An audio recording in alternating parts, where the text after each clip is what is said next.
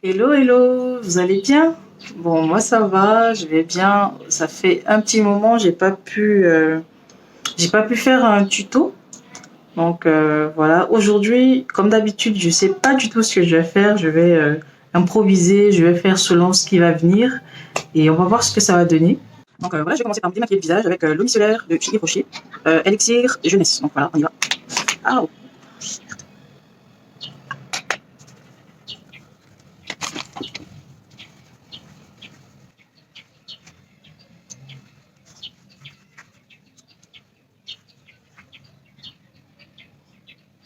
Donc, quand j'ai fini de me démaquiller le visage, je vais appliquer cette crème jour.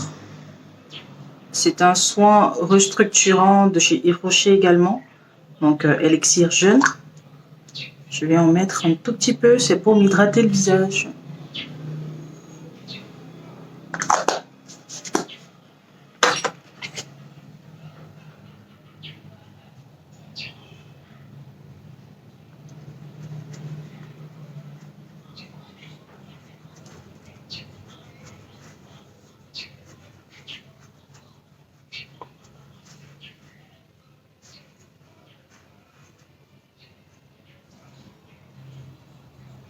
Donc pendant ce temps, j'applique ma base matifiante, c'est le Milk of Magnesia.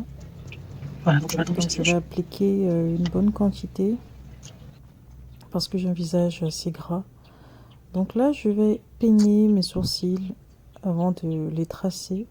Je commence par le bas, ensuite le haut. Donc après avoir rempli, je vais délimiter avec le Pro Concealer. Donc quand j'ai terminé, j'estompe et après voilà, j'en mets un tout petit peu sur les paupières. J'estompe également. alors je vais travailler avec ces couleurs. Voilà. Donc à cette étape, je vais appliquer une couleur de transition. J'ai choisi le marron un peu foncé. Je vais l'appliquer, je vais prendre le temps de l'appliquer. Après, je vais estomper avec le flouteur. Donc j'applique. En fait, parce que je veux que la couleur soit bien visible. Donc quand j'ai terminé, je vais faire un petit trait, un code crease en fait, avec le Pro Concealer. Après, ça dépend de la forme que je veux donner, mais moi j'ai tiré un tout petit peu vers le bas du sourcil. Donc là, j'ai utilisé un fard à paupières de couleur orange. J'ai voulu tester là sur le cou pour voir ce que ça va donner.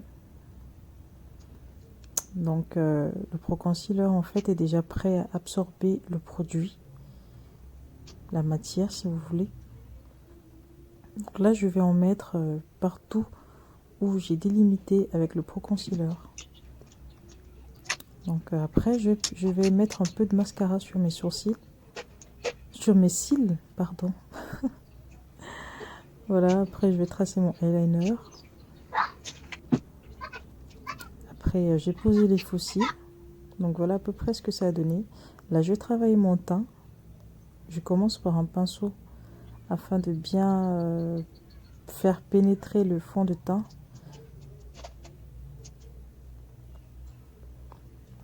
Donc je vais appliquer, je vais estomper. Mais là, j'étais obligée de changer de pinceau parce que pour moi, l'autre était un peu lent. J'ai pris celui-là qui me permet voilà, d'estomper un peu plus d'étaler le fond de teint un peu plus rapidement. Après, pour bien estomper mon fond de teint, j'ai dû prendre mon blender.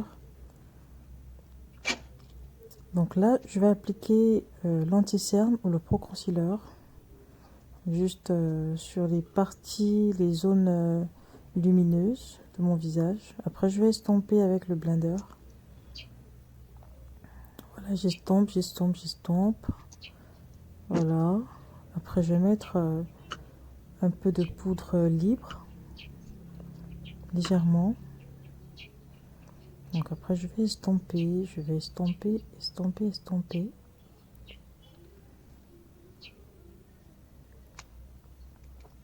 Faut bien estomper, sinon après ça fait des plaques. Donc voilà, là je mets ma poudre compacte pour matifier le visage. Voilà.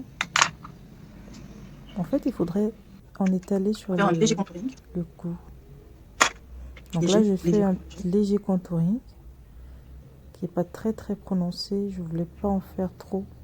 Donc j'en ai fait un très léger.